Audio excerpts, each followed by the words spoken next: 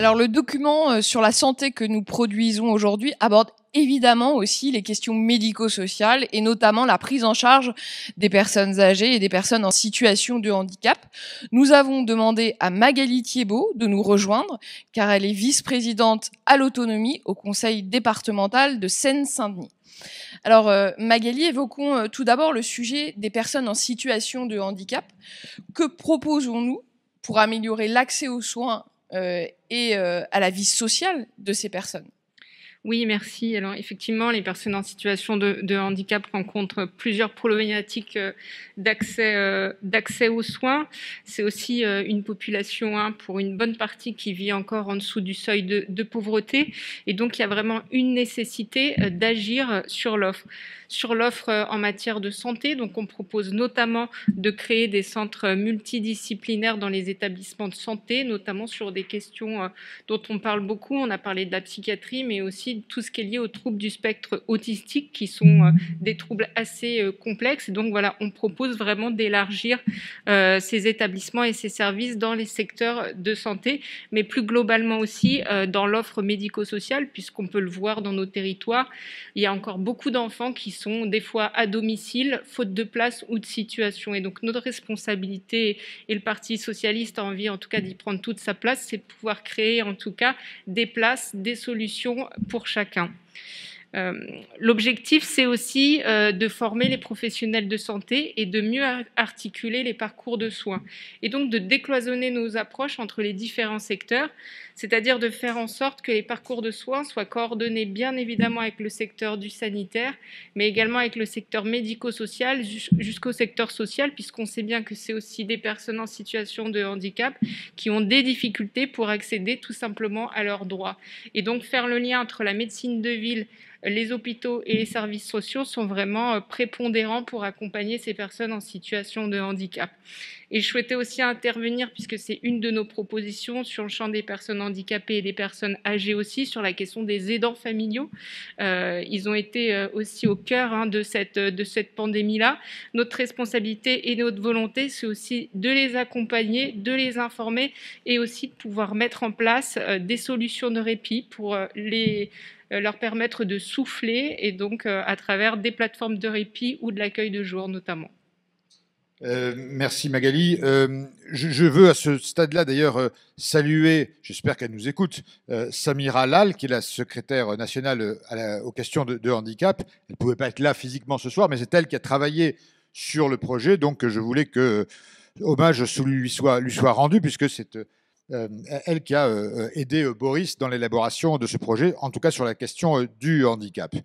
La deuxième personne à laquelle je voulais rendre hommage, et ce n'était pas prévu avant ce matin, c'est qu'on a appris aujourd'hui la disparition de Paulette Guinchard-Kunstler. Et pour ceux qui l'ont connue, beaucoup d'entre nous, on a connu la militante politique, la militante social-démocrate de Franche-Comté, auquel toute la classe politique rend hommage depuis ce matin, à gauche comme à droite. Mais nous, ici, qui sommes des spécialistes des questions sociales, on se rappellera de la plus grande ministre des personnes âgées qu'on ait eue dans cette République, parce que c'est elle qui fut, et on va en dire un mot maintenant, à l'origine de l'APA. L'APA, c'est 1 300 000 Français qui aujourd'hui perçoivent l'APA. Ce n'était pas le cas avant le gouvernement de Lionel Jospin et de Paulette Guinchard. Donc, on ne va pas faire une minute de silence, ce n'est pas le moment ni l'endroit, mais elle est dans nos cœurs. Elle a, vous le savez, c'est aussi une question qui nous est chère, décidée parce qu'elle était très malade, on le savait depuis longtemps. Elle a appliqué un suicide assisté en Suisse.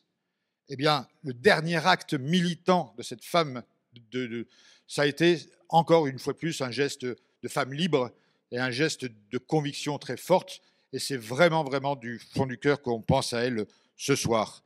Alors, on enchaîne, comme on dit, dans ces cas-là, sur la question autour des personnes âgées. Je l'ai dit, c'est la gauche qui a créé l'APA, c'est la gauche qui, avec Michel Delaunay, a fait la loi d'adaptation au vieillissement. C'est ce gouvernement qui semble calé, au contraire, alors qu'il avait promis une loi grand âge. Donc, nous, sur cette question de la société de la longévité, ton sentiment et puis surtout ce qu'il y a dans ce projet. Nous, effectivement, on est bien évidemment favorable à la grande loi grand âge et autonomie qu'on appelle de nos voeux, et on veut surtout en faire une loi de programmation pluriannuelle sur les 10 prochaines années. Pourquoi faire? Pour anticiper ce qu'on appelle aujourd'hui la transition démographique et donc le choc du vieillissement de la population. D'ici 2030, on va avoir une population très vieillissante, et donc nous devons anticiper ce choc démographique. Comment? En lançant un grand plan de financement donc dans la création de places et de solutions, dans nos EHPAD notamment. Donc on propose plusieurs milliers de places, mais également pour l'amélioration des conditions de travail dans ces EHPAD. On en a beaucoup parlé pendant la période de pandémie, et donc on propose aussi d'aller plus loin dans la médicalisation des EHPAD en tendant vers un ratio entre 0,8 et un agent par lit dans les EHPAD. On propose aussi d'ouvrir une conférence sociale sur la question de la revalorisation des métiers, mais également de l'attractivité de ce secteur-là, et finalement de construire ce qu'on appelle aujourd'hui une filière du care, du prendre soin, notamment dans tout ce qui est lié aux services d'aide à domicile.